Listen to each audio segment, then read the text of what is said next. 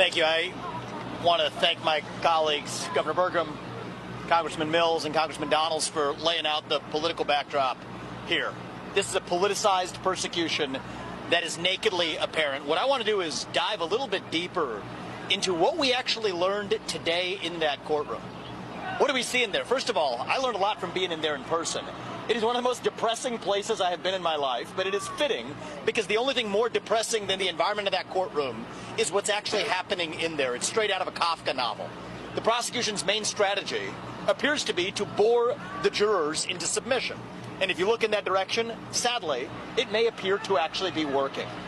Now, I would like for anybody here in the press, anybody at home, anybody at MSNBC or the media afterwards, to clearly state what exactly is the crime that Donald Trump committed.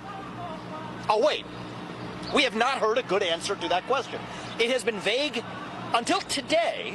You heard Michael Cohen's testimony, after which I would say it is less clear than ever what that crime actually was. They'll say falsifying business records. Well, let's look at who did we learn falsified business records today? Yet, what, hour, 2 hours, felt like it could have been 7 hours, of Michael Cohen talking about how he falsified business records. Okay, so you have a guy who has been a perjurer in the past that is now saying he falsified business records. What is the crime that Donald Trump committed? Now, it appears to be what they might allege is some sort of bookkeeping error or whatever. The real bookkeeping that we need accounting of is Judge Merchan's own family member collecting millions of dollars as a Democratic operative, using the existence of this trial as a fundraising ploy for Democrats. This is unconscionable. Imagine if the same shoe fit the other foot. Imagine if it was Joe Biden that was on trial. You had a Republican judge whose son was collecting millions of dollars as a Republican operative. What would you all be saying? This would not be justice. This is injustice at its worst. So let's go even a layer deeper, right?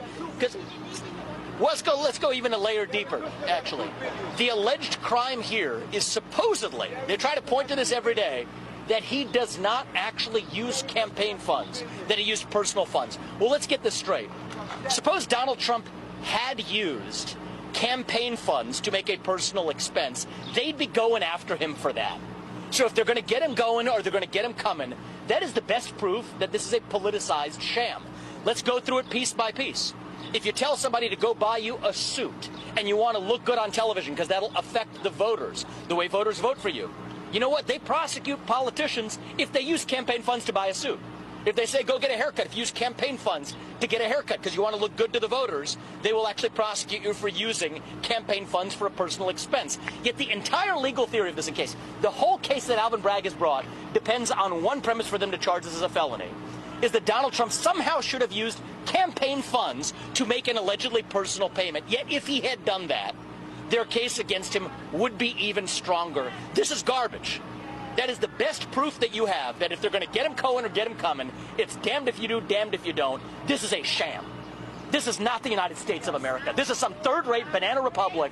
If this were happening in another country, we would be laughing at them as a sham democracy. I am ashamed as an American citizen to sit here in a courtroom watching the former leader of the free world, and let's be honest, likely next leader of the free world, sitting with the indignity in this dingy third-rate courtroom with fourth-rate prosecutors and a fifth-rate lawyer on the stand as a witness, who actually is violating attorney-client privilege left and right. Nobody's even talking about that. So this is a shame. Shame on the spirit in our country's history, but we will get through it and be stronger because you know who ultimately actually cast the vote on this case? It's not just the jurors in that jury box. It's every one of you at home. It's every American who votes this November to say no to the weaponization of justice. And if you're at home, you may say, you know what, I don't agree with everything Donald Trump's ever said. You know what, I may not agree with some of his policies even though they were great policies for 4 years.